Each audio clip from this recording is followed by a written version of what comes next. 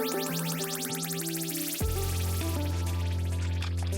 right, welcome back to Behind the Curtain podcast. This is episode 34, and we have Dr. Matthew Halsted with us. We started this podcast, just so that you know our background, we were inspired by Dr. Michael Heiser and similar people, Unseen Realm, Divine Council, Worldview, stuff like that. And so we started our podcast by talking about the three falls, Genesis 1 through 11. And we've gone over 30 episodes now, and we're still stuck in Genesis. There's just so much fun stuff to talk about. So we're excited to have you on and talk about eschatology, because we're going to get to branch out a little bit and cover some other parts of the Bible. Yeah, that's great. So anyway, Dr. Matthew Halsted, I know you've got the Bible Unmuted podcast. You've got very good, by the way. I'm loving your stuff in Revelation, man. It's killer. Oh, thank you. Yeah, thanks. Yeah, I love doing the podcast. It's a lot of fun. I enjoy it more than I anticipated. Yeah. And you've got several books, but your most recent one is The End of the World as We Know It. Is that the title? I've written two books, and the second one is The End of the World as You Know It, what the Bible really says about the end times and why it's good news. It's kind of a mouthful, but it captures exactly what I was hoping to convey. It's definitely eye-catching for sure. So what I guess, if you don't mind, just go ahead and tell the audience what your background is and what you do, and then maybe what inspired you to write that book. Yeah, very good. So I work for Eternity Bible College, and I've been teaching with them in some capacity since 2016. And I teach biblical studies, anything from Torah to Revelation, so the beginning and the end. So it seems perhaps ordained that I should write a book on the end times. But I've been married 17 years, almost 18 years. We have 4 wonderful kids, ages 15 down to 6, and so it's a lot of fun. We have a lot of fun in the house here. I tell you, the way the book came out is kind of interesting. I didn't set out to write this book necessarily. In 2020, I, of course, along with everybody else, was caught right in the middle of COVID, and there was a lot of fear about COVID. And in light of that fear, a lot of people, good, sincere, honest people, were trying to figure out how to make sense of what COVID was. And if you remember, nowadays we think of COVID, it's kind of just part of our lives. But initially, I mean, we were, putting Lysol on our bananas. We were like we just didn't know. We didn't know about it. I didn't actually do that, by the way, but I was close, and so we just didn't know. There was so much we didn't know about it. And so, and it really did conjure up fears of plague or, potential famine, or especially famine of toilet paper. So everybody was just really Bro, I remember that. Yeah. Gosh. I mean, it really it's so wild. Of all things, like not water, not food, toilet paper. Yeah, it really it actually revealed a lot about humanity, is that we could not handle a real crisis. Oh God, no, yeah. Anyway, long story short, COVID it caused a lot of fear in people. And so Christians were trying to figure out what this means. And a lot of Christians approach the Bible with the assumption that what happens in today's world has some sort of direct bearing upon, or actually what the Bible says has direct bearing upon what happens in today's world. And so they have what Craig Keener calls newspaper hermeneutics going on, where they have the Bible in one hand, the newspaper in the other, and the two will be married, and they'll figure out a way to marry them. And so I saw a lot with COVID. The vaccine was coming out, and there was lots of controversy about that politically. But there also became an issue theologically and hermeneutically. People began to associate, say, the mark of the beast with a vaccine, or with, all these sorts of baseless conspiracies and theories and so forth. And so my wife and I were talking a lot about this and seeing stuff on social media. And of course, I was registering all my dissent. And she was like, "You should actually say something publicly about this." And I said, "No, I don't know if I want to wade into those waters." But alas, she convinced me. And so I did. And I just got out my iPhone app and typed up a few thoughts on the Notes app and posted it to Facebook, social media. And it really resonated with a lot of people. It was shared very widely, and a lot of people found a lot of encouragement in it.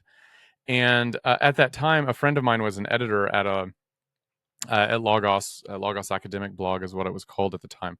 And he messaged me and said, "Hey, I'd like to put that on the website if you don't mind.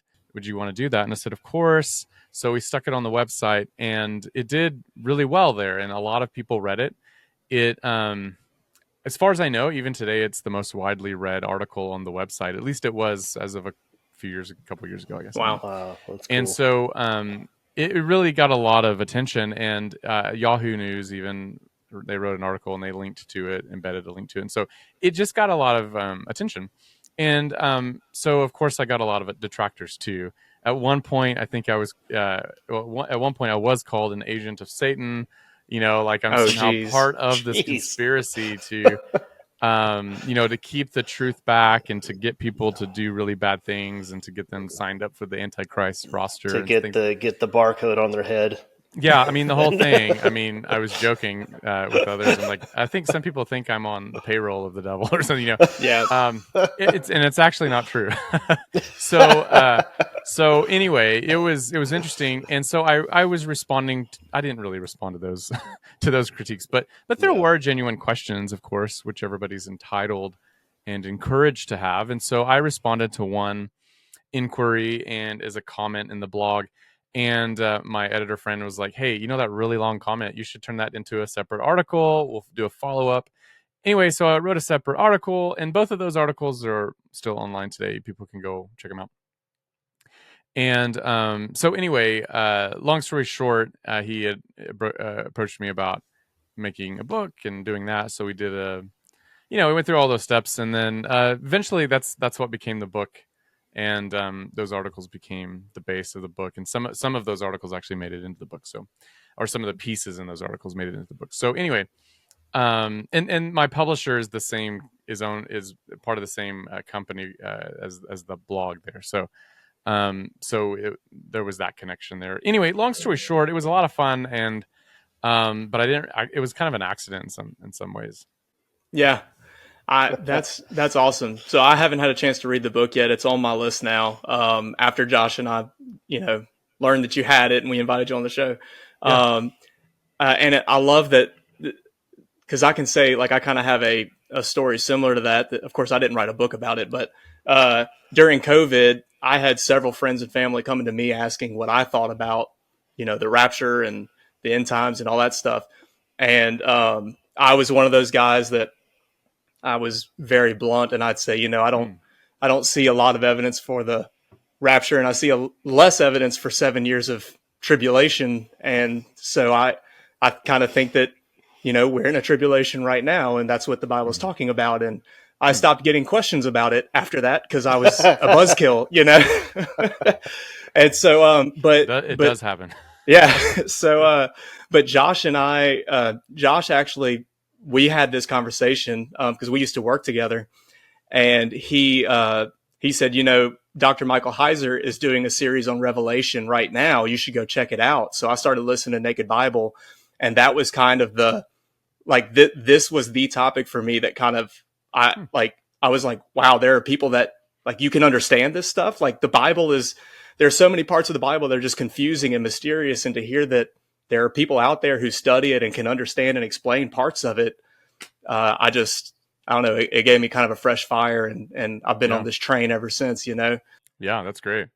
So should we just start by saying, what is prophecy? Because I mean, you just said people are going to have a newspaper in one hand and a Bible in the other, and they think it's all about us and what's about to happen to us. And so how are we supposed to approach prophecy? What exactly does that mean?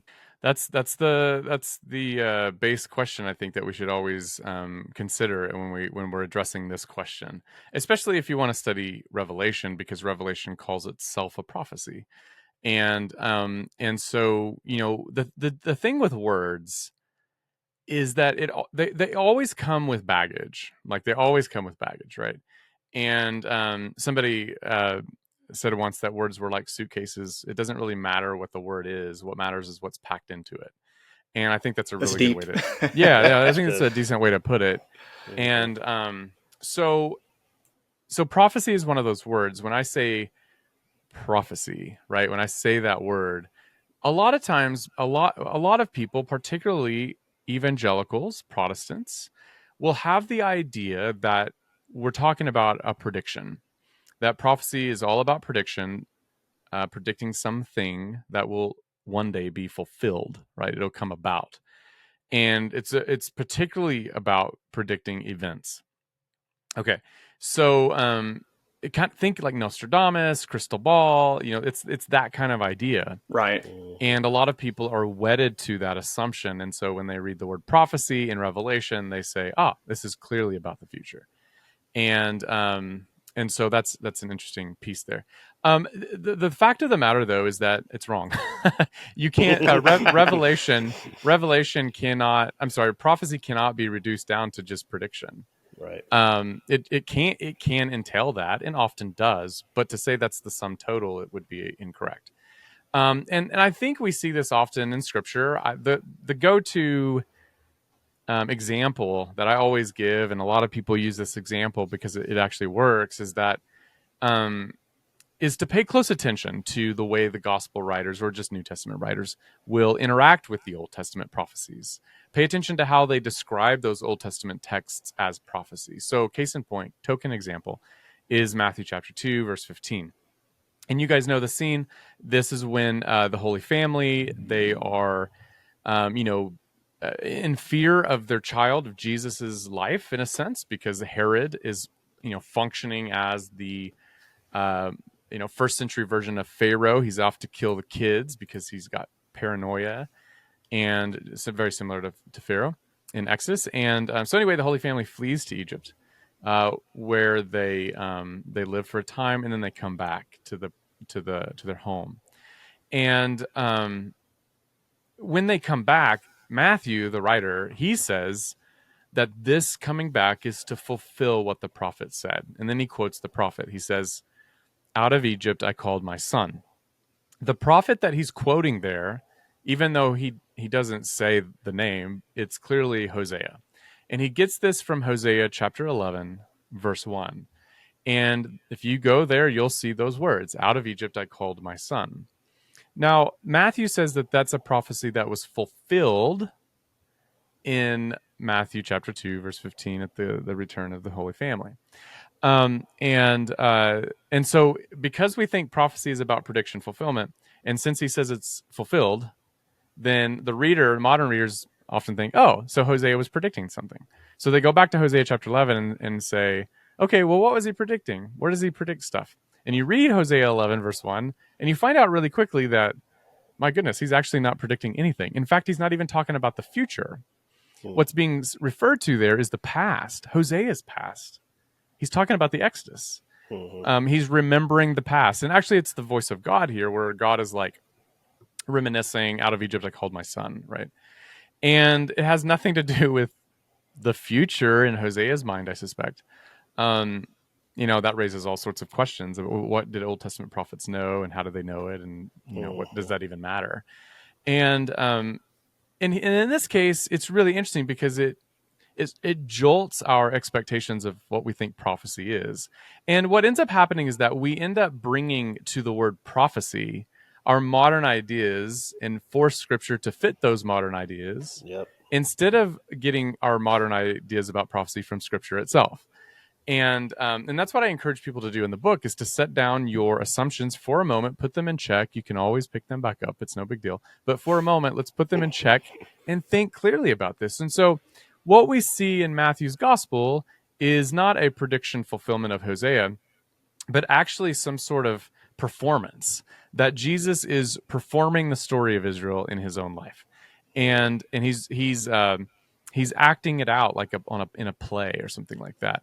And so when you look at Matthew's gospel, take the first 7 chapters, for example, you pay very, very close attention to it, and you walk away knowing, my goodness, he's living the story of Israel. He's has his own Exodus.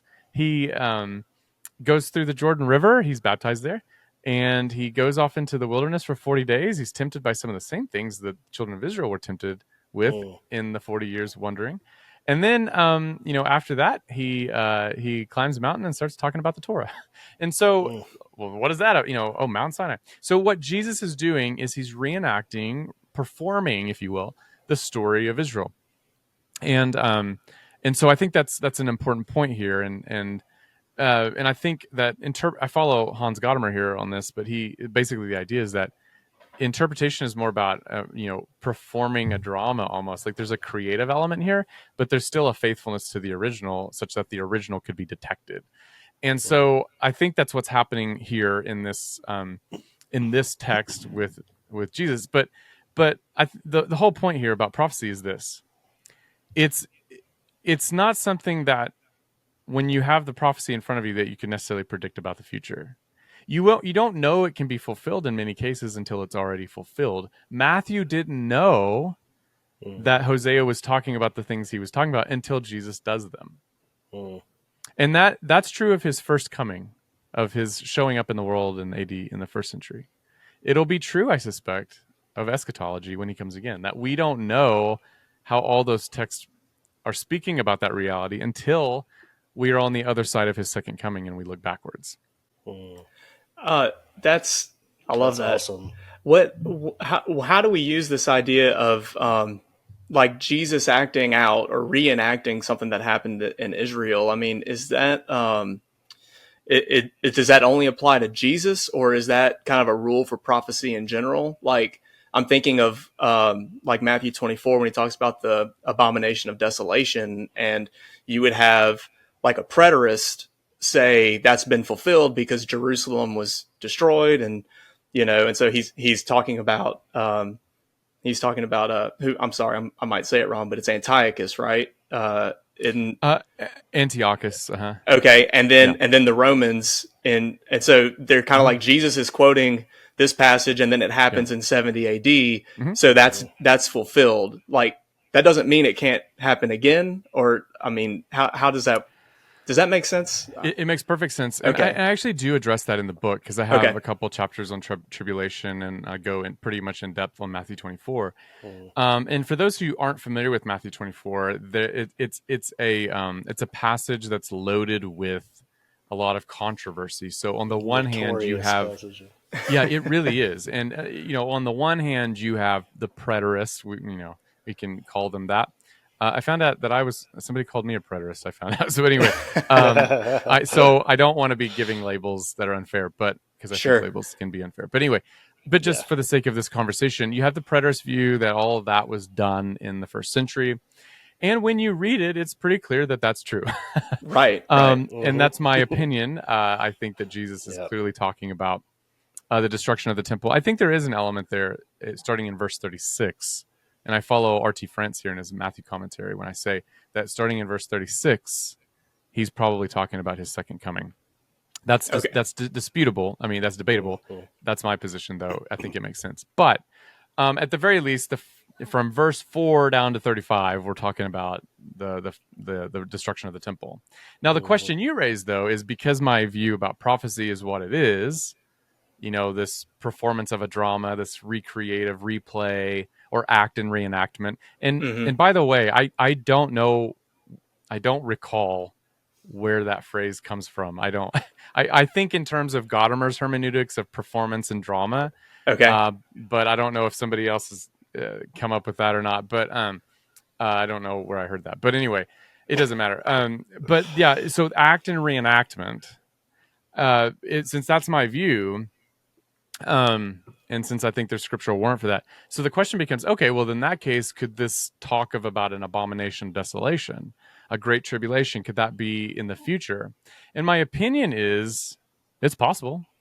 Like, of course, it's absolutely possible. We'll know after it happens. Yeah, that's my argument.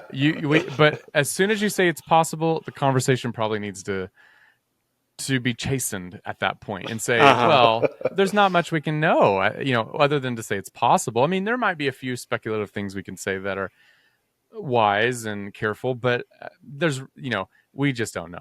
And but we do see these sorts of things get reenacted. So another case in point here is the case of Jeremiah and Daniel.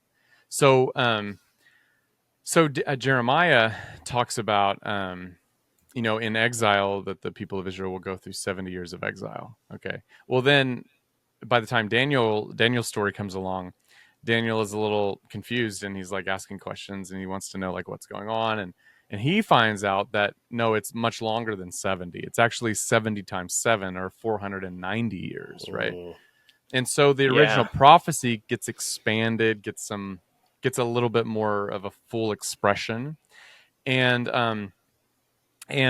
now you might look at that, well, that's really extremely creative with the text that Daniel does here. Yeah, it almost sounds like cheating. It does sound like cheating. But here's the funny thing. It's actually not. It's actually based on the Torah. Because when you go back to the Torah, and I don't remember the exact reference, somewhere in Leviticus, it says that, if you when you rebel and you I'm going to punish you, give you a sevenfold punishment. So if God gave them 70 years of punishment, that's going to, according to Torah, be a sevenfold punishment of 490 years, which is what Daniel says. And so you get these expansions and greater understandings. It's still the same prophecy, still the same truth, but our understanding about them expands. And so could it be the case that when Jesus is clearly talking about the temple in Matthew 24, verses 4 through 35, could it be the case that he has a double meaning in mind, some sort of dual aspect that he's teasing out, but that we won't fully understand until the end? Yep, it's possible. And that's where I end it. Yeah. So, and so I try to keep both of those in balance. Same with the beast of Revelation. Clearly, this is a reference to Rome in some capacity. I think that's so clear. But, that's the embodiment of evil that John knew at the time. And it is this, is there going to be a beastly figure in the end? I do believe that elsewhere in Scripture, we do see that there'll be an antichrist of sorts, or what Paul calls the man of lawlessness, which sounds a whole lot like the beast of Revelation. But I'm not gonna go looking for the Antichrist to open up offices in Rome, right? Yeah. That why do that, or put 666 on our foreheads?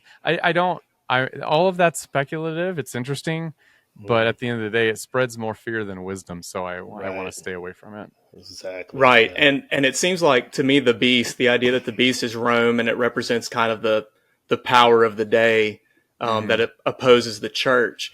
That in itself is applicable right now. Like, it doesn't matter where you're living, there's going to be forces that oppose the church. So I don't feel like you have to look far. Oh, who's the beast and what's the mark of the beast and stuff. It seems like the message of Revelation and of other passages are the same, that we should still remain faithful to Christ and not something else, and not, cower to that. And that's the same message they were saying back then. So kind of like what Heiser says. I think he's like, it's more of like a whose side are you on? It's not really like, oh, the mark of the beast, or it's a barcode, or it's going to be. It's kind of like, who are you loyal to? Yep. Are you loyal to Jesus, or are you not?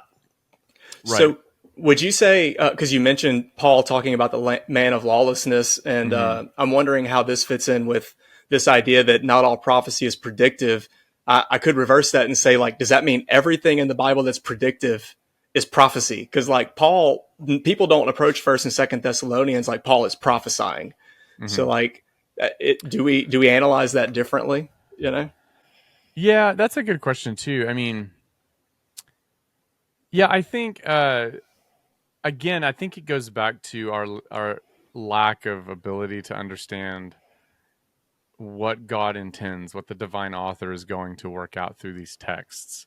And I'm not going to be surprised if one day we look back and think, I never saw that as like prophetic, but I totally get it now. Yeah. And so because of my hermeneutic approach, and because I am cognizant that we are all creatures and hence finite and hence lacking infinite understanding and a God's eye point of view of everything, I fully anticipate to find out in a very real way that I only saw in part, looking through a glass dimly kind of thing. And so I think, there's a lot of possibilities that we can imagine. The problem I have is not admitting that there's possibilities here. The problem that I have is when possibilities become propaganda, right? Yeah, that's good. Whenever people, get an idea from some event in the Middle East, and they write a whole book about that one event, and they do no research on it. There's no sources cited. There's no research at all. And they put that out there as some sort of propaganda. And there's, hermeneutical gymnastics going on here, that, and it becomes like fact, right? That's such a crazy issue. Mm-hmm. And that's where I'm at. So I admit, like, I don't know. I say this in the book. There's a lot we can't know. There's a lot we don't know about the Antichrist, say. Mm-hmm. And so in some ways my view is pretty accommodating, because, if things turn out like A, or things turn out like B or C, I've kept things broad enough that, okay, it makes Mm-hmm. sense. And Yeah. so I've not, in my opinion at least, I've not invested so much in one particular view, because in my opinion I think that's pretty unwise, um, Right. so I Yeah. think a lot of the modern church, kind of like what you were saying, the newspaper in one hand and mhm. and reading Revelation. Um, like how did we get here? Like when did it turn into like you watch CNN for the Bible prophecy, and I don't know, it's like we're so removed from like what the Bible's like. Matthew and John and these guys are not writing to, you know, 2,000 years of modern thought. They're more concerned with the churches that they were writing to at their time. Mhm. Correct? Like, I mean, I know the Bible can predict things in the future, but I think they were more concerned with their modern, with their time. Sure.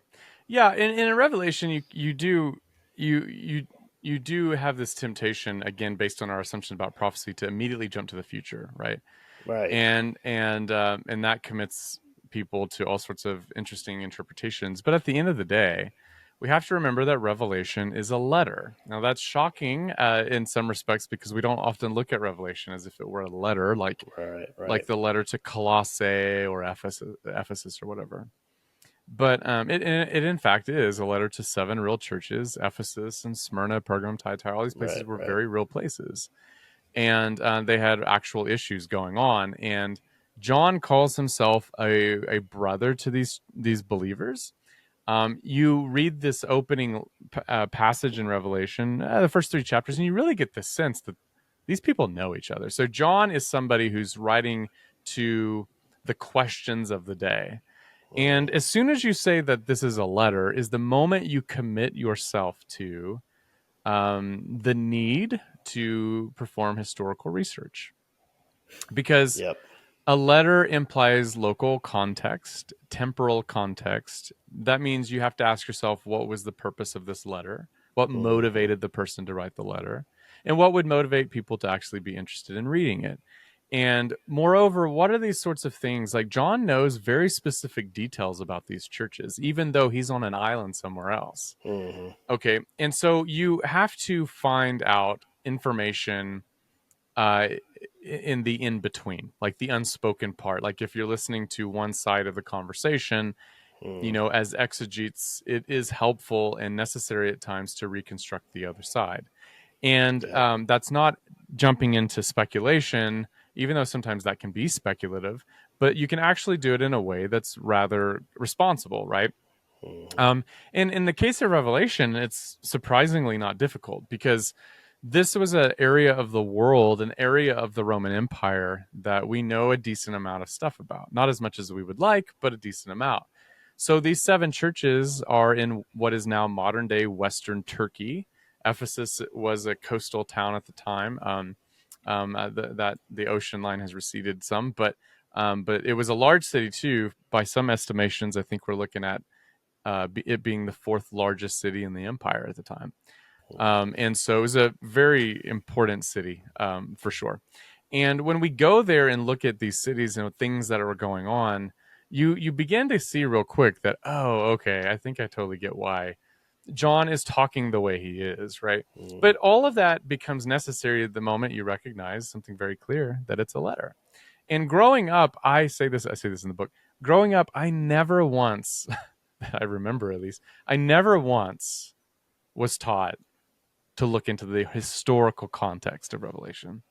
This was, I mean, I was taught that it would be more of a value to my time if I paid attention to what was going on at the United Nations, more Oh my than gosh.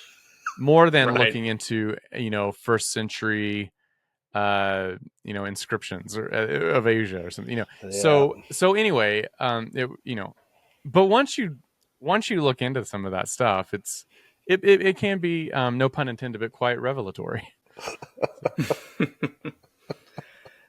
That's awesome. Oh my gosh. Yeah. I think we grew up in the same church. How did you break out of it? If that's what you were raised in, how did let's you start there. break free of that? That's a great question. Yeah, I mean, I was just around and chose to listen to teachers who were more of a dispensational mindset, Yeah. and this is not me looking back embittered. Sure. In fact, I remember being a teenager and in my car truck driving, going to work or wherever I was going, I guess. And 16, 17, and I made it a regular habit to turn on the Christian radio and to listen to it as I was driving.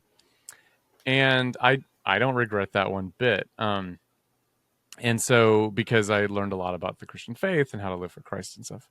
But along the ways, of course, I would listen to many of these people talk about eschatology, and I had people in my life that were very much into eschatology, and everything led to the rapture, and it was imminent. Oh, yeah. And, we have a one world government right around the corner. The Antichrist is like right now shaving off the horns of his head so that he can come on the scene and deceive people. Like it's happening, right? Yep. And in some of these books, you see things pretty much say that, like, the Antichrist is probably in the world today, guys. I mean, it just mentioned so nonchalantly. It's like, okay, and so I began, there were some people that I would listen to who would push back a little bit, and then I began to ask questions, and just begin to say, well, where's that in the Bible? Like, where does it say that?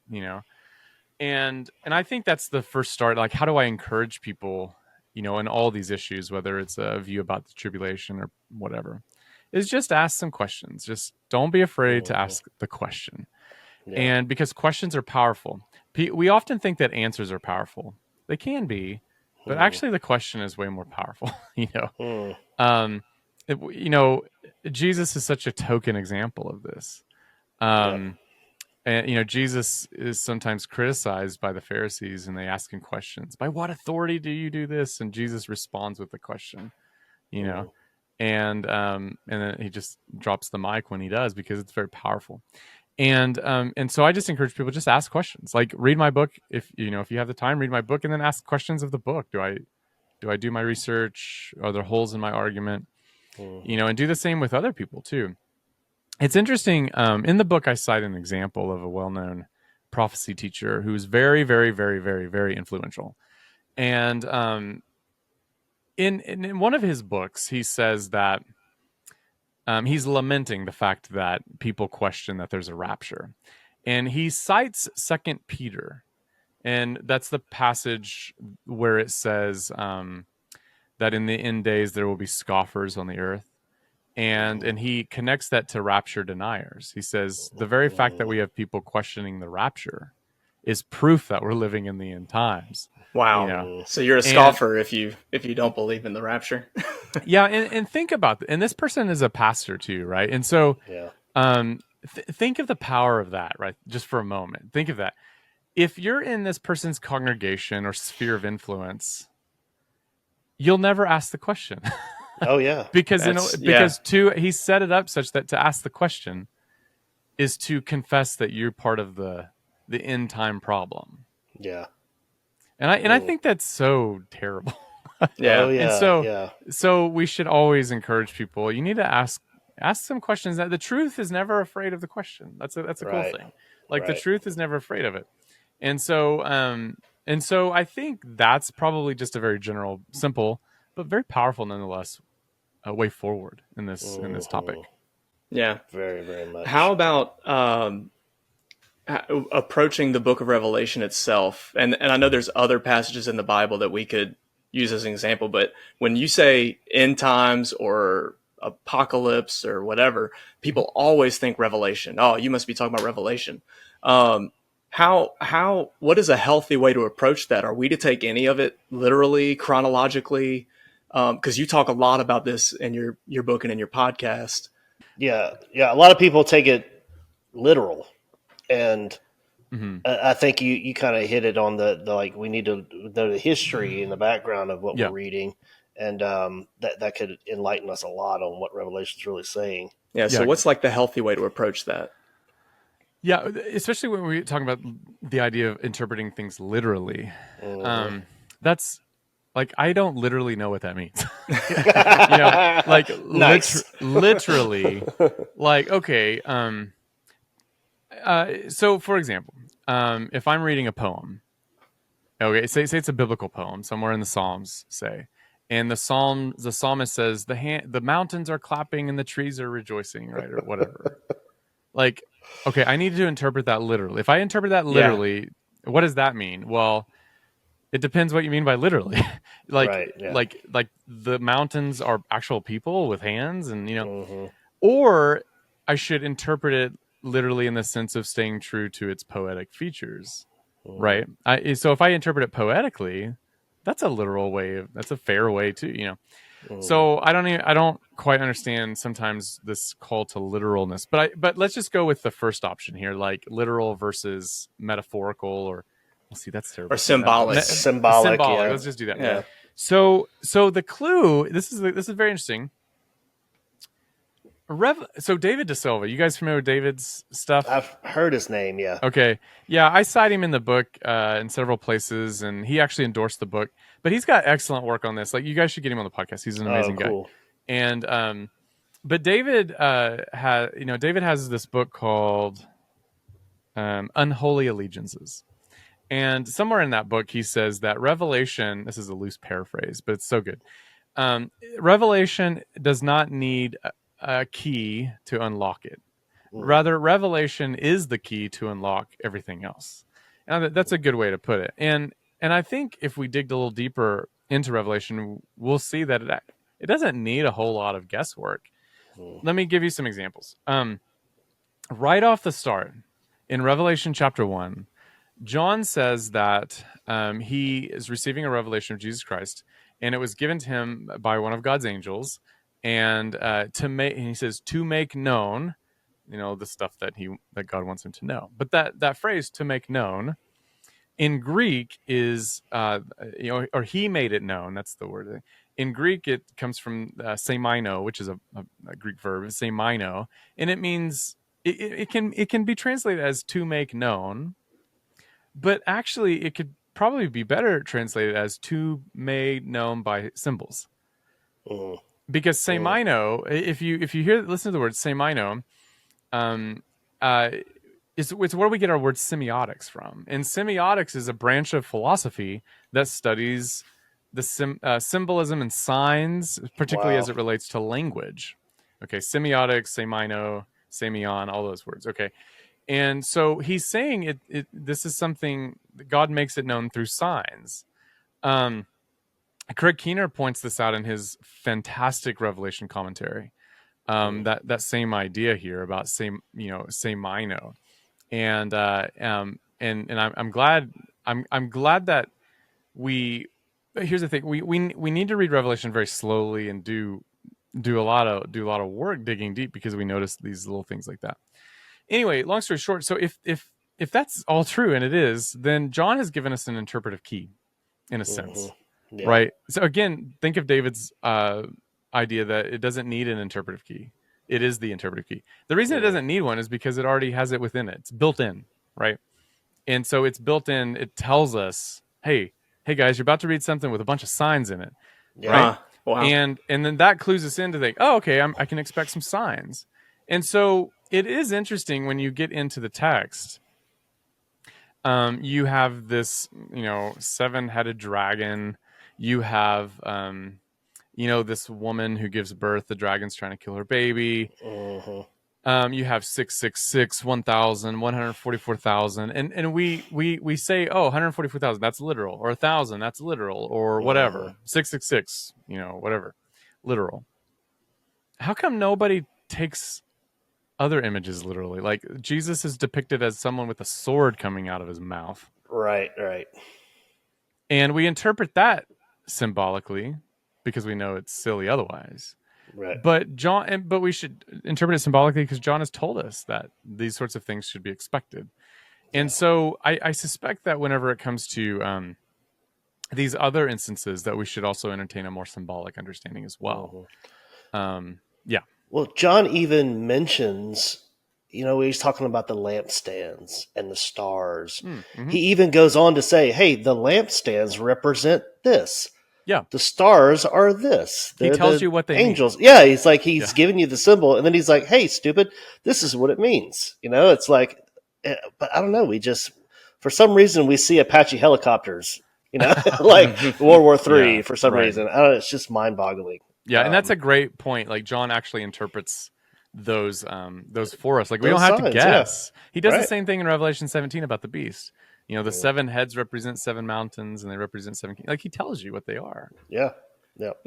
And this idea that everything in there. I heard one of the things that really kind of opened my eyes to how to read this book was someone was teaching it, and they said, it's a letter, which you've talked about that, but it's a letter, so you have to imagine it would have been read all at one time, and everyone would have known what they were talking about. Mm-hmm.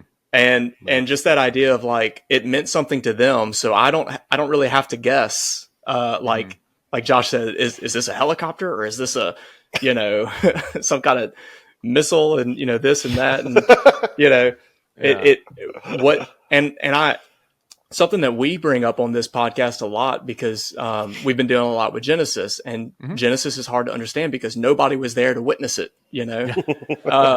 and so we tell people a lot, like we're going to cover a lot of symbolic meanings, and we're not saying that any particular meaning is right. Like the 6-day creation, you can believe it's literally 6 days. That's okay. But if you believe that and you forsake the symbolism in it, you're missing out on what's really important. So what is the mark of the beast?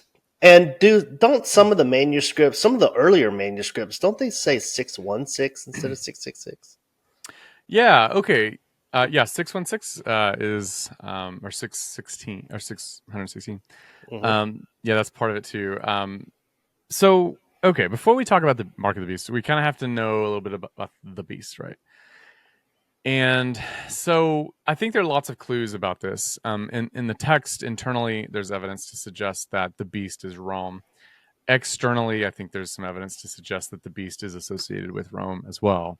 And I talk about all this in the book. So internally, you get this beastly figure in Revelation 13 and Revelation 17. It's pretty predominant there.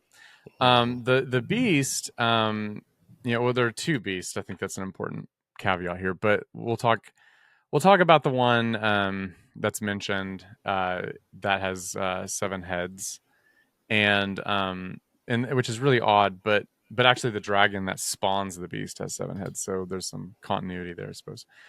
But the 7-headed beast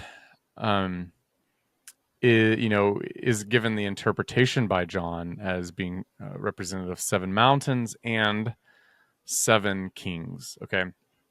Now, as soon as he says 7 mountains, and commentators are pretty clear on this, like the academic side of things, that everybody's pretty clear that they know what this means, and I would agree that this is a reference to Rome. Rome was known as the city of 7 hills or 7 mountains, and there was even a yearly feast to celebrate the 7 mountain Rome. It was the feast of Septimontium, and Suetonius, he was a historian, an ancient historian, and he wrote some biographies on the emperors.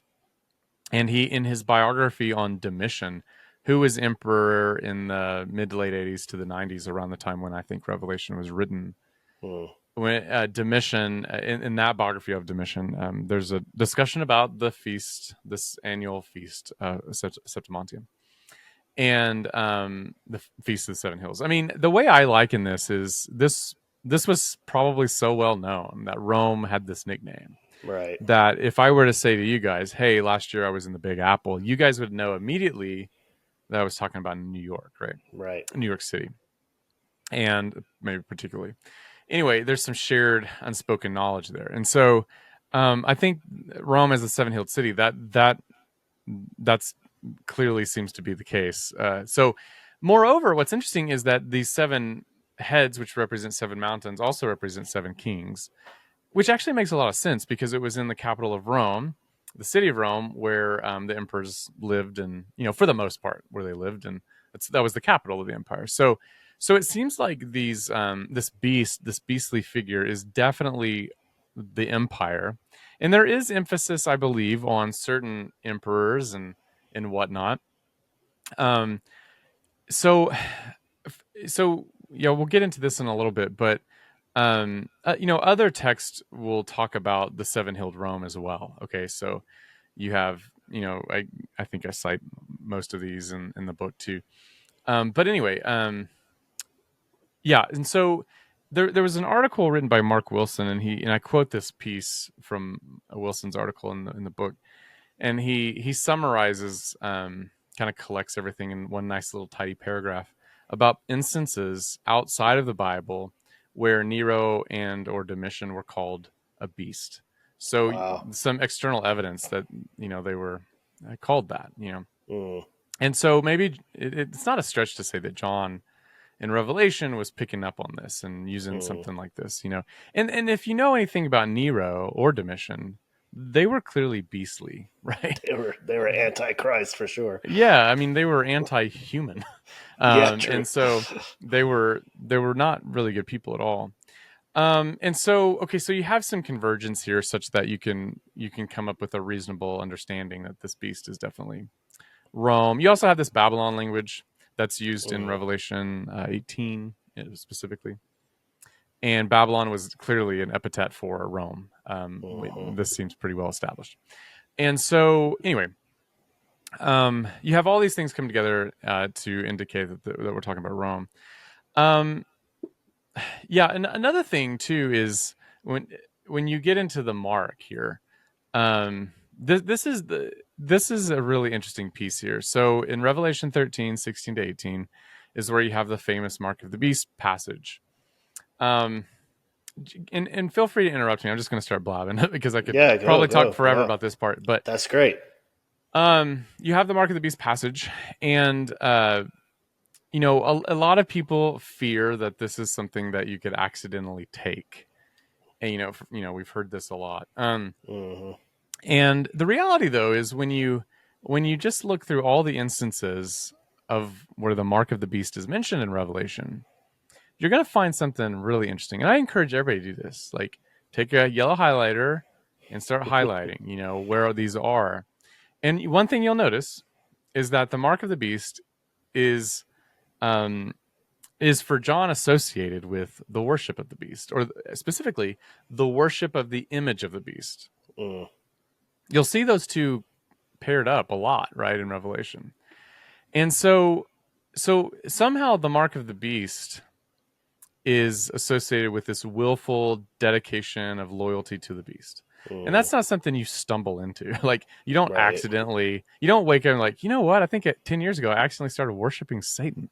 It doesn't really work like that. Right. And so I think the mark of the beast is more of an identity marker. In other words, it doesn't make you unrighteous. It shows who are unrighteous. It's just a marker.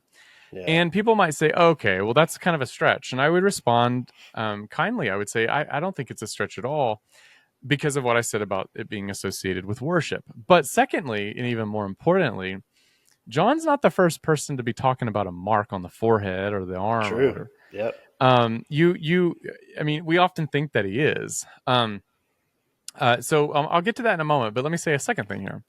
Or I guess by now it's a third thing. But anyway, it's not the only mark that John talks about. There's another mark. I mean, I think we all miss this, but in Revelation 13, 16 through 18, you have the mark of the beast. The very next verse is chapter 14, verse 1. Okay, which means it kind of is sectioned off, and so we don't think to read on, but we should. The very next verse talks about another mark.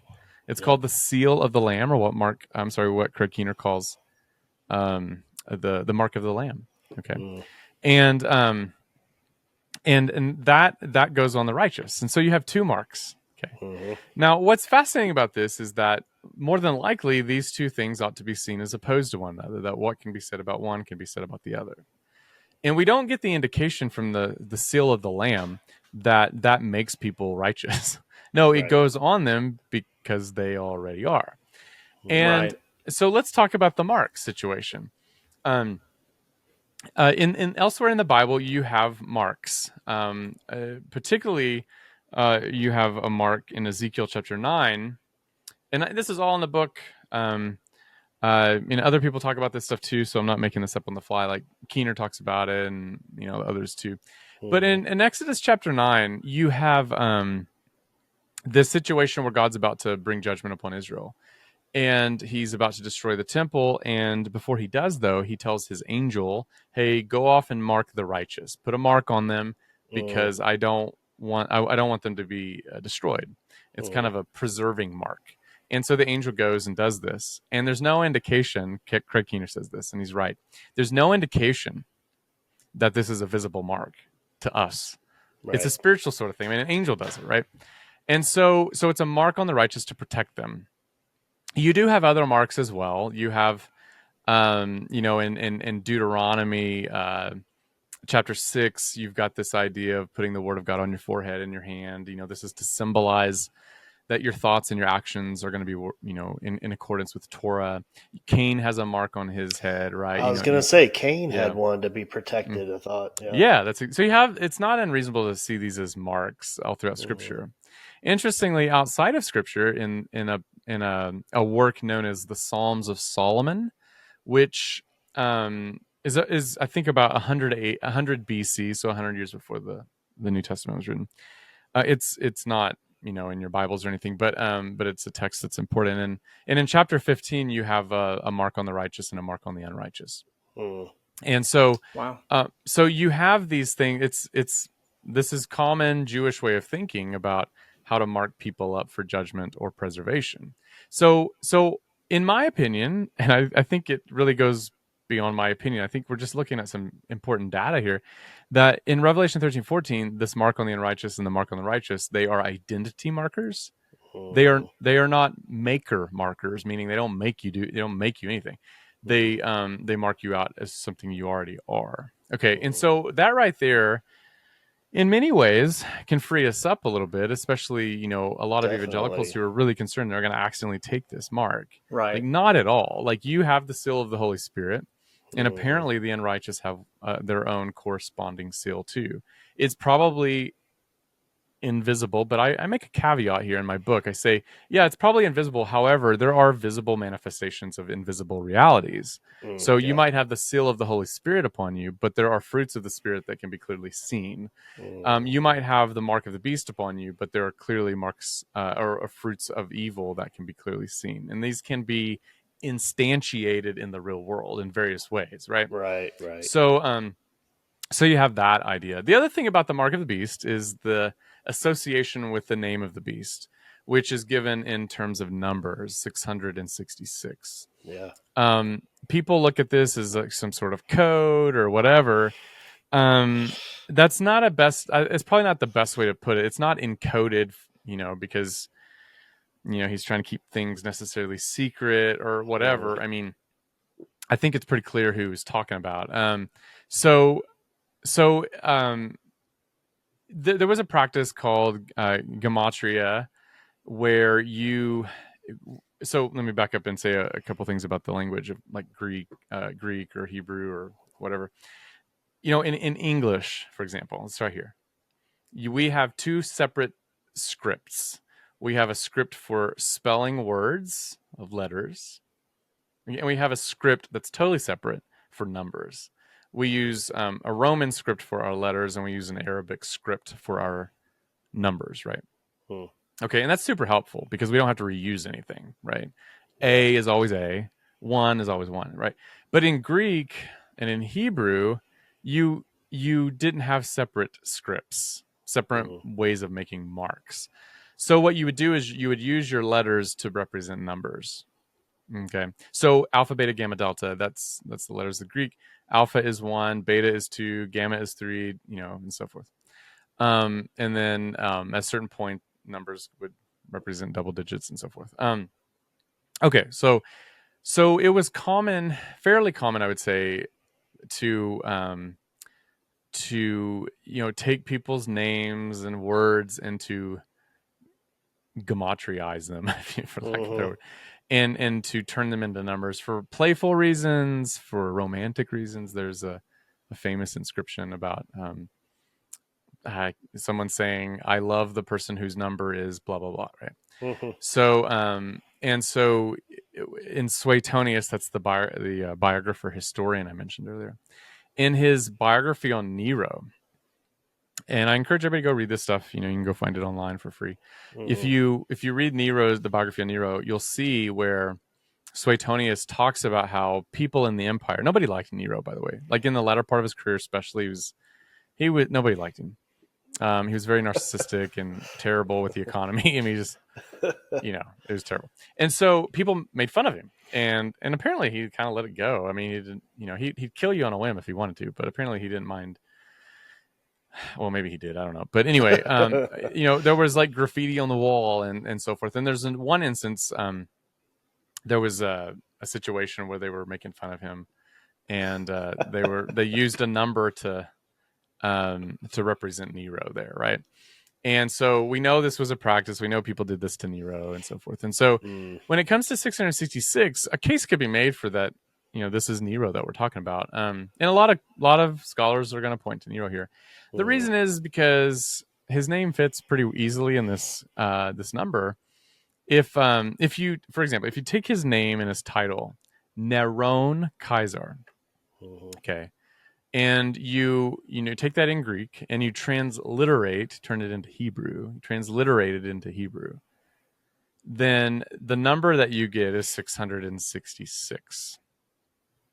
Okay. Now, there's another way to spell Nero. You could say, instead of Neron, you could say Nero, Nero Kaiser. You get a different number, and guess what number you get? 616, because you've dropped a letter and you've reduced the sum.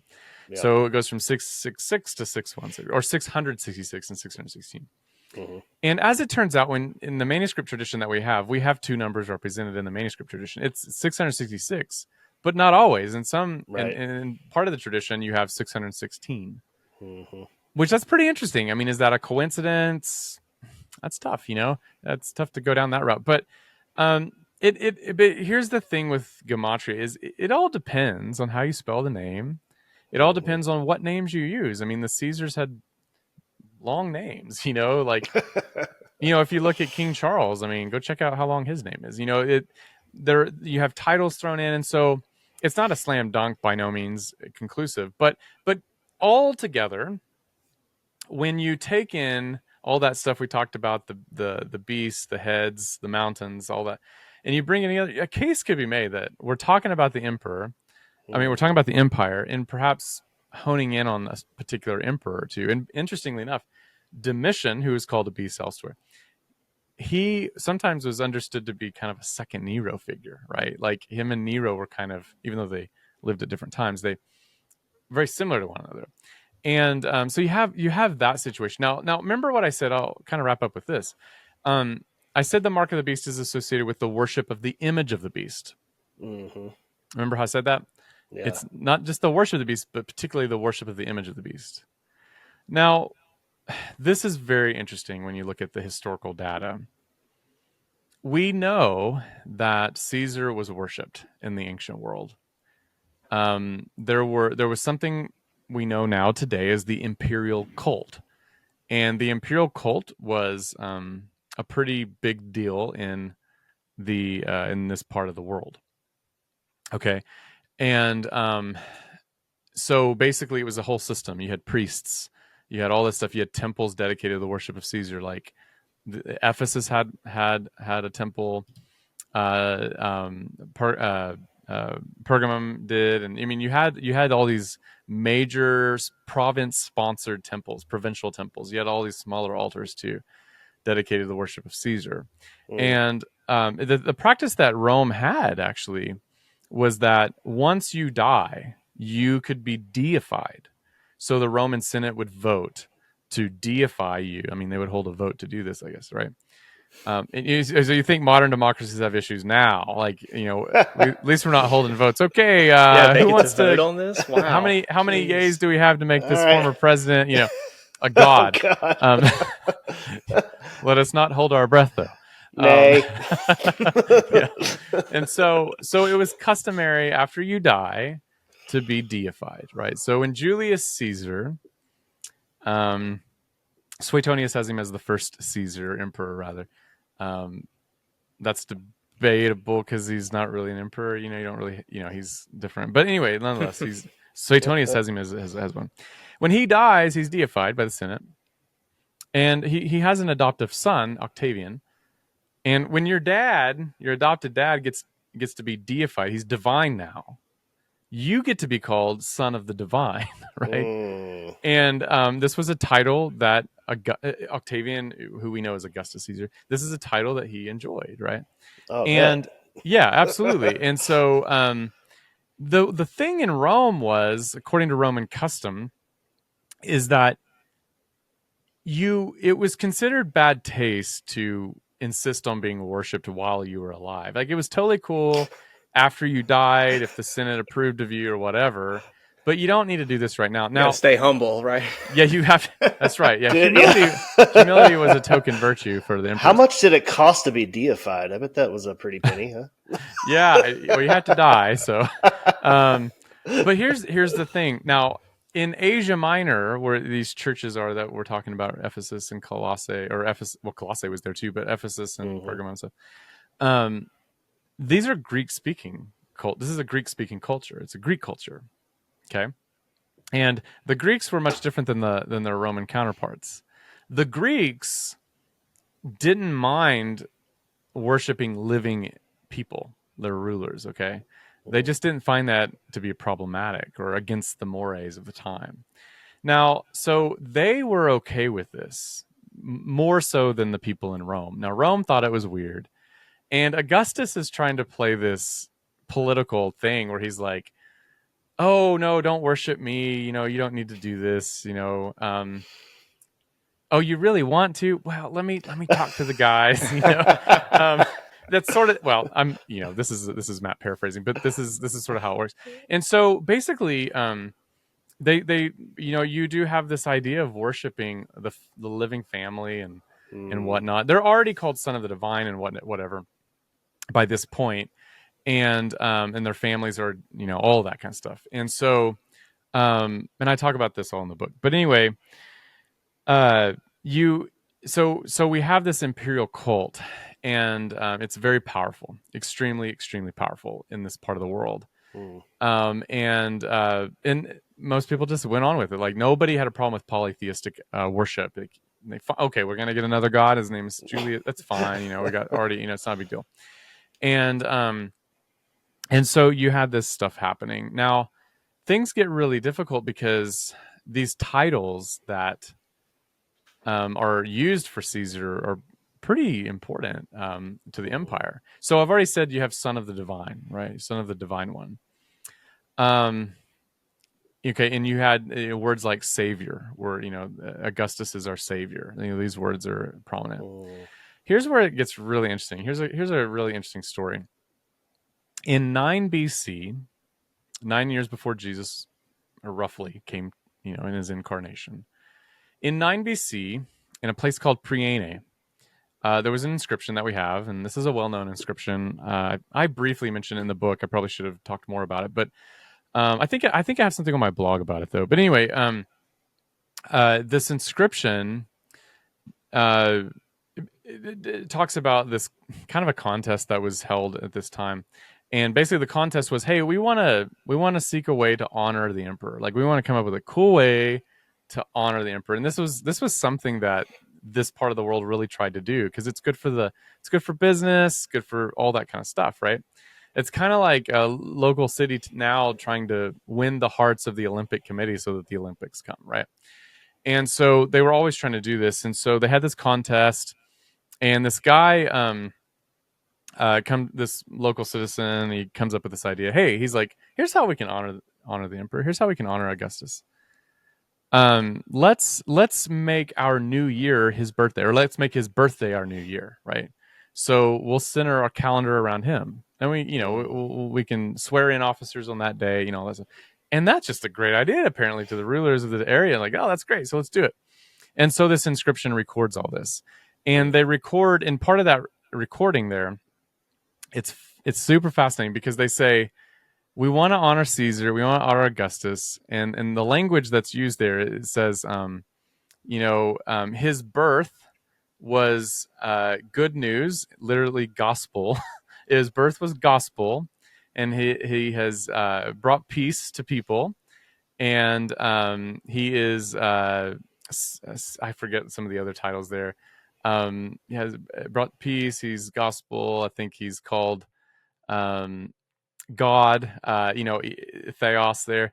And I need to go, all these sorts of things.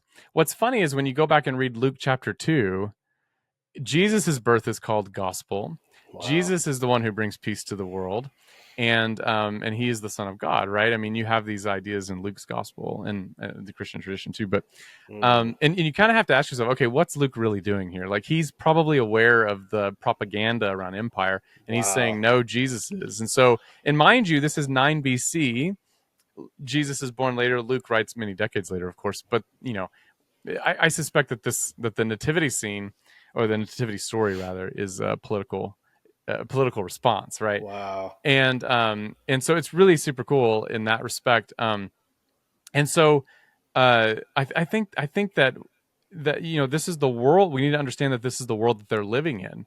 Right. Moreover, you had coins where Caesar's images would be on that, and you would have these blasphemous titles like Son of the Divine One or whatever. In fact, many Jews, devout Jews, would not carry coins in their pocket because of the blasphemy on the coins, right? Wow. So in order to like have money and trade with that currency, you'd have to participate in the blasphemous imperial cult system. Wow. Well, that makes me think of in Revelation where he talks about you're going to neither be able to buy or sell, or I mean, it ties right into that. It's definitely an economic situation, and that's where it's going. Like with the trade unions and stuff, like, if you were a craftsman, a tradesman, you would participate in trade in a trade union for economic security, business deals, and just camaraderie and so forth. Yep. And you get a really good picture of this in Acts chapter 19, whenever Paul's preaching the gospel, and the idol makers, they're all ticked off, and the tradespeople who make the stuff for the idol factories, like, they're like, whoa, we can't do this, Paul. Like, you're like totally ruining business. And so tradespeople held a lot of sway. You see that, go read Acts 19, but we know that in trade unions, like a city like Thyatira, one of the 7 cities, it had a lot of trade unions. Like, we archaeologists have told us this, right? There's data to back that up. And so we also know that that trade unions, the president of a trade union would, there was sometimes crossover. Like, I don't know how much of a crossover this, but I know I was reading one instance at least where there was a situation where there was a leader of the imperial cult temple, and who was also a head of a trade union. So there was some crossover in leadership, and so that tells us that there's close ties there. And moreover, at trade unions, it's not unreasonable to think that these trade unions would have meetings opening up with prayers to the gods, or they would have a patron deity. Right. No doubt there would be some homage paid to the Caesar. You might have to take your meat, and because there would be feasting here, of course, you would have to dedicate this to whatever idols. Now, some of that it's educated guessing here. Well, it's not really actually at that point, but the data seems to give us this picture. But we do know also, let me say this here, in a nearby province, Roman province of Bithynia, which is nearby to Asia, which is where the 7 churches were. The Emperor Trajan had a local governor there named Pliny, Pliny. Pliny wrote these famous letters to Trajan. And in one of his letters, he talks about how he's arrested Christians. This is the short version, but he's arrested Christians, and he's interrogating them, and to determine where their true loyalty lies, essentially, he asks them, or commands them rather, to bow down to Caesar's image and worship it, and pay, smoke some incense for it or whatever, And so there we have an instance where there is the worship of Caesar's image. Now that's not controversial, in the scholarly world. Everybody knows that Caesar was worshipped, right? But it does give us kind of an instance where if you're asking about the imperial cult, it was alive and well. And by the way, Pliny's after Revelation was written about 20 years, but still pretty close, right? It's not, we don't, and I'm not suggesting, please don't hear me say that this was a empire-wide persecution of Christians. That's a myth. The data does not support the idea that Christians were systematically, universally persecuted in the Roman Empire in the first century. There were local persecutions in the 60s with Nero, and things like that. We have this instance later on in the early second century with Trajan and Pliny, but we don't have evidence of systematic persecution. It wasn't illegal to be a Christian per se, but there was suspicion of Christians, and you better play the ball game. But you could. Now the other thing is, if you were caught as a Christian, even remotely, you would be suspect and you could die. We see this in Pliny's example. But here's why. Most people, except Christians and Jewish people, would worship whoever you told them to. Like, they didn't care, like, if they worshiped Caesar or whatever. But the thing is, the Romans cut a deal with the Jews, essentially. They knew the Jews would fight. The Romans didn't really have an appetite for war all the time. I mean, they did, but not always if they could spare it. And so they said, okay, you have to worship Caesar. And the Jews were like, no way. And we're gonna fight over this. Like, this is a hill we're gonna die on, and you're gonna die a lot too. We might get destroyed, but you're gonna die too. And so the Romans were like, okay, let's compromise. You can't worship Caesar, fine, but will you pray for his health and well-being? And they were like, oh yeah, sure. We do that. Yeah, Jeremiah tells us to do that. We're totally kosher with that. That's biblical. Yeah. Now, early Christians were they were part of the Jewish movement. So Christians could, by proxy, take advantage of this deal, right? But whenever Christianity became kind of its own thing, when they were kicked out of the synagogue, that became so dangerous for Christians because they were no longer exempt under the Jewish status. And moreover, there were many Gentiles who were Christians too. And so what of them?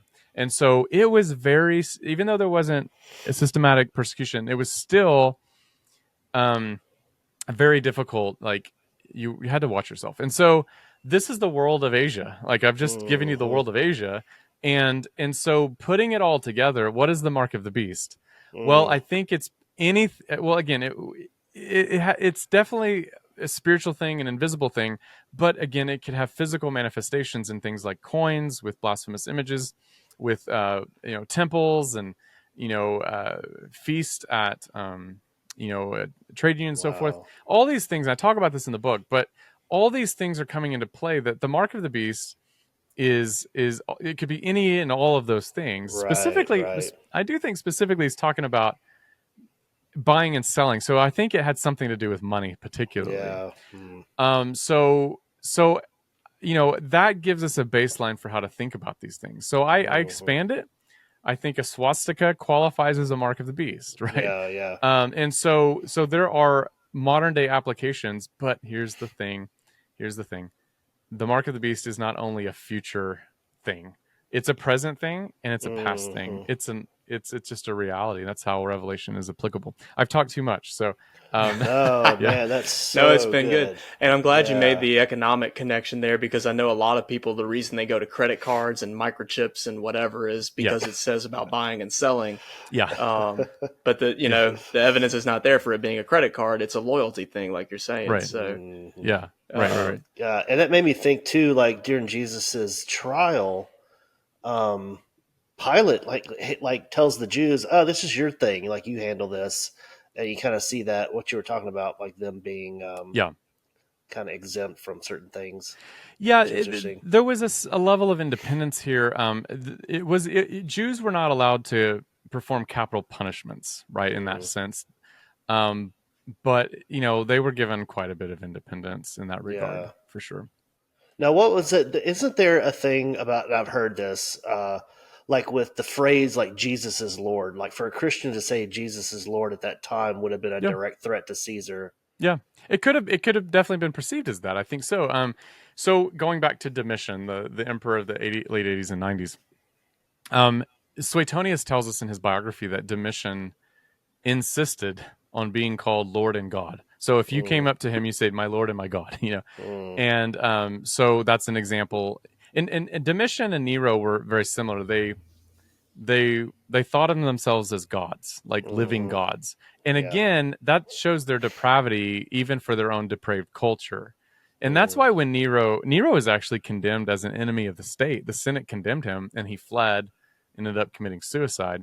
Nobody liked him, right? And Domitian he's extremely feared, and it was just walking on eggshells around him. But he was part of a family that helped restore. This is a whole other story, but his father Vespasian helped restore the empire from falling, because it had after Nero died, he didn't have an heir, and so chaos ensued. The empire went into civil war state, and you had all these vying generals saying, I'm the emperor, and you had three of them, and they ended up all coming and going within a year's time, the year of the three emperors, right?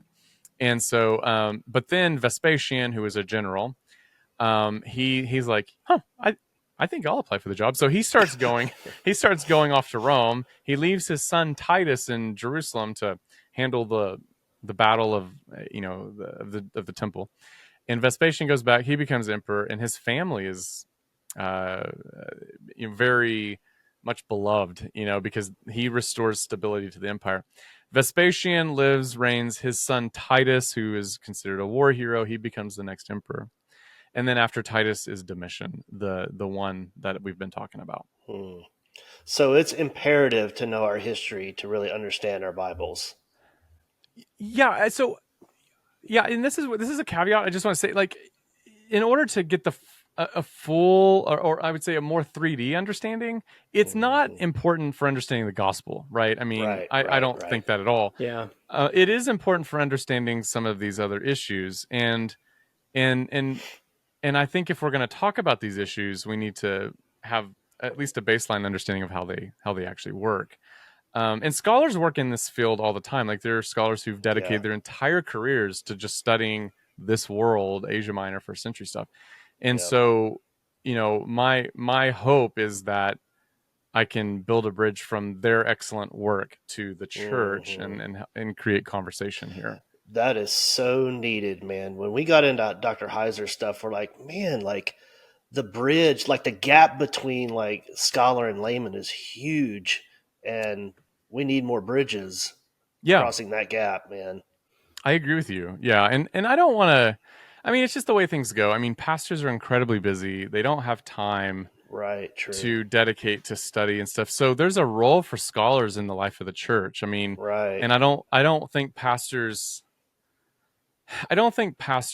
need to feel the burden of, I need to be an expert in first century Asia Minor politics.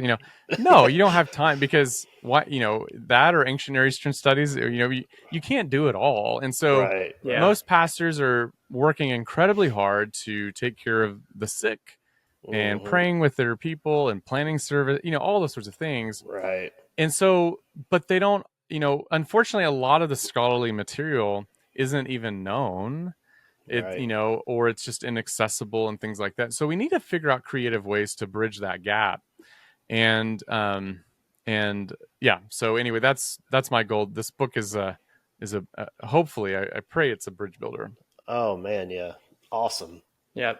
Well, can I give you like 2 lightning round questions? I want to wrap this up because I have 2 questions that I wanted to ask you, but I don't want to keep you much longer because we've been on for a while.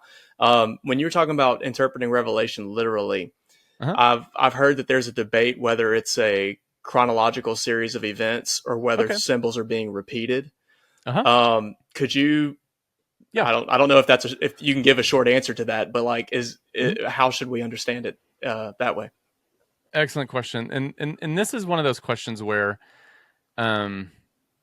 scholars are not. There's no consensus really among scholars. I mean, sure, depending on who you're reading, I suppose. I mean, so it's not so simple. Like, so one view is that Revelation proceeds sequentially. So you have in Revelation these the 7 seals, the 7 trumpets, and the 7 bowls, and you have a lot of stuff intermixed within that. And the question is, like, a lot of dispensationalists are going to say, this is all sequential. Like the seals come first, then you have the trumpets and the bowls, and the latter half of that is all the great tribulation of the last 3.5 years of the 7-year tribulation. Typically, scholars don't buy that, right? Like that's. I mean, you could find some, but typically that's not the case. And so that's the sequential view, like that there's a series of events that happen back to back to back. The other view, so let me just say, here's the problem with that view. If that's the case, if it's all sequential, then you have some interesting problems, because at the sixth and seventh element of each of those cycles, the seals, the trumpets, and the bowls, and I outline some of this in the book, you have what seems to be the end of the world, right? Right. Where by the end of the book, you have like 4 endings of the world, right? And like Lord of the Rings.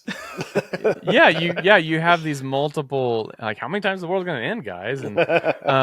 And so it doesn't, that sequential view just doesn't quite, butter the toast. You know what I'm saying? Just there's something not quite right about this. Okay, and then so then you have the recapitulation view. And this view is that each of those cycles of tribulation are telling the same story, just in different ways, right?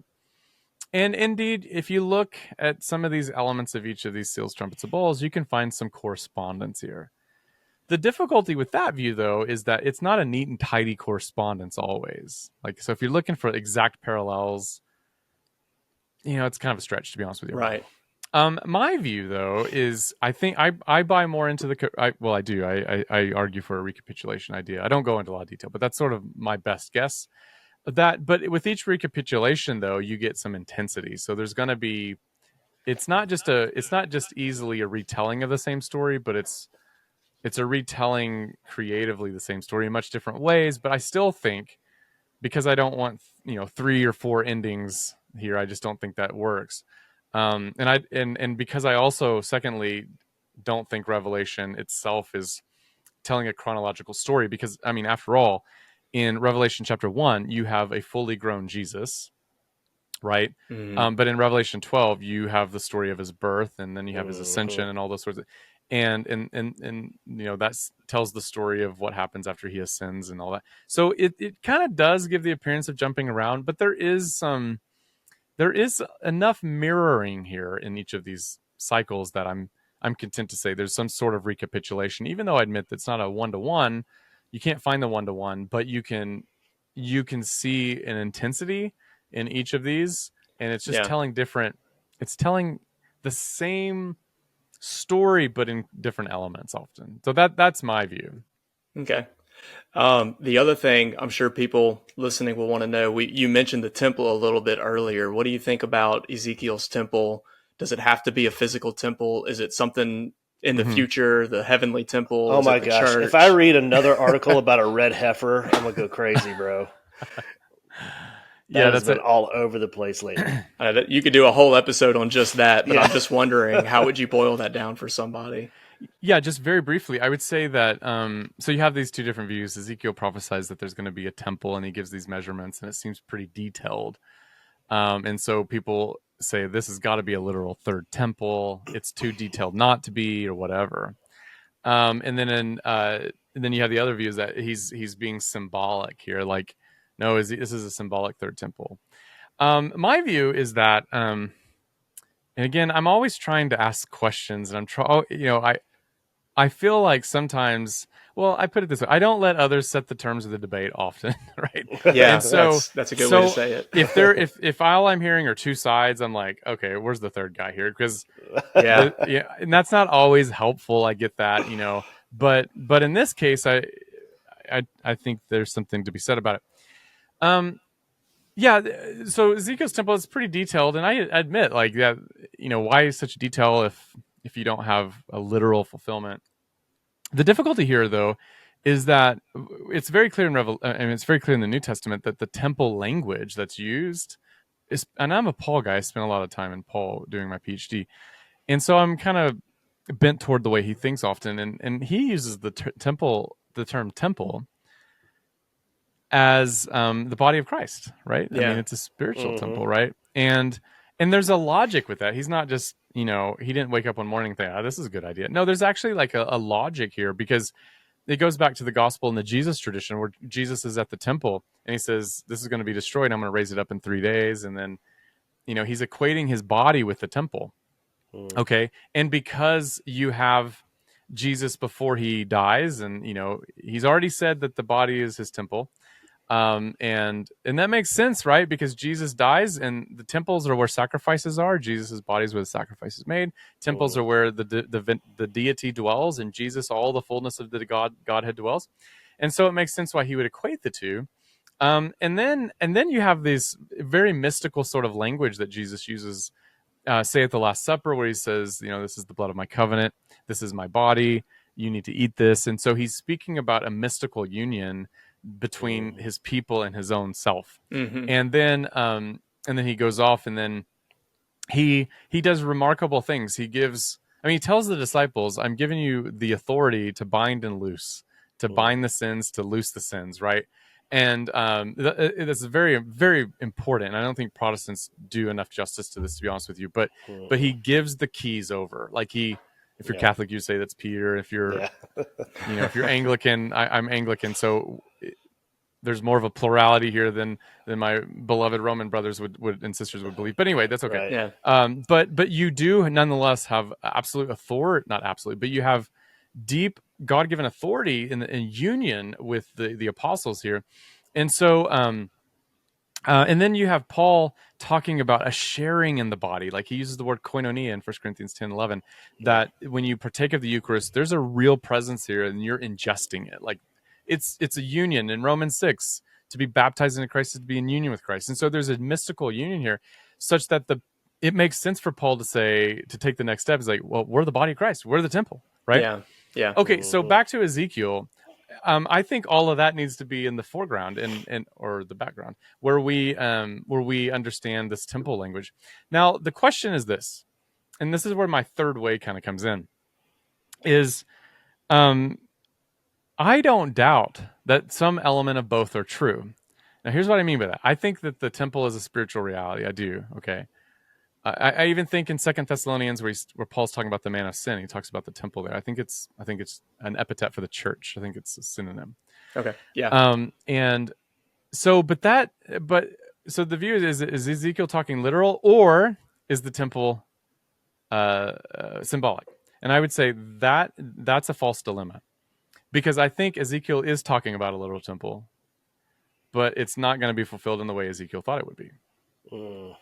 And I don't have a problem with that. And so, because the way I understand prophecy is, I don't think a prophet has to fully understand what he's talking about. Right? Yeah. And okay, so does that make Ezekiel wrong? No, not one bit, because the truth of the divine message there is, first of all, revealed in Jesus. So Jesus reveals to us the truth in the scripture, right? And so Ezekiel probably did. Now, I don't know. Maybe he didn't think it was going to be literal, but let's suppose he did. More than likely he did. And if he's thinking literal here, it's because he sees a full restoration of God's spirit dwelling again with his people and restoring them from exile. Yeah. You get that same thing with Jesus. Yeah. Right. And so Ezekiel might not have had all the architecture right, but he had all the truths that made the architecture meaningful correct. Right. Yeah. Right. And so this is no different from what we talked about with Jeremiah and Daniel. Jeremiah thought 70 years. Daniel tells us more. And so you see this with Isaiah, to us a son is given, and all that. Look, there's probably a local application there, but we get the fullness of it in Jesus. The same goes in 2 Samuel chapter 7, where King David is promised a son. This son sounds pretty remarkable in some passages, right? This Davidic son. Well, it's clearly Solomon in some sense, but again, Solomon kind of fails us a little bit, right? Right. And so Fumbles we are left with looking for another son. And so there might not, in the original horizon of understanding in the Old Testament, there might not have been a full understanding of things. I don't have a problem with that. We have this idea of progressive revelation. Yeah. And so that's my answer to your question. I think there's some merit to it. I think it's worthy of at least, I'm not going to say I'm certain, but I think there's reason for confidence. Yeah, I like that. I like that a lot. Okay. Well, I mean, we've gone an hour and a half, so, we can always reach out to you with more questions. I'm sure. I have one last question if we want to fit it in there really quick. Sure. What you got? And this will be a short one. Okay. What's the meaning of life or something? Right. Yeah. Left Behind, Nicolas Cage or Kirk Cameron? I've never seen the Nicolas Cage version. Oh my gosh! You got. Oh my gosh! It is entertaining. Oh, is it really? Okay. Oh my goodness! So Con Air or yeah. Okay. Yeah. I think I would have preferred to see like Ben Stiller in that role, but I don't know. That would be fun. Or Will Ferrell. Yeah. Will Ferrell.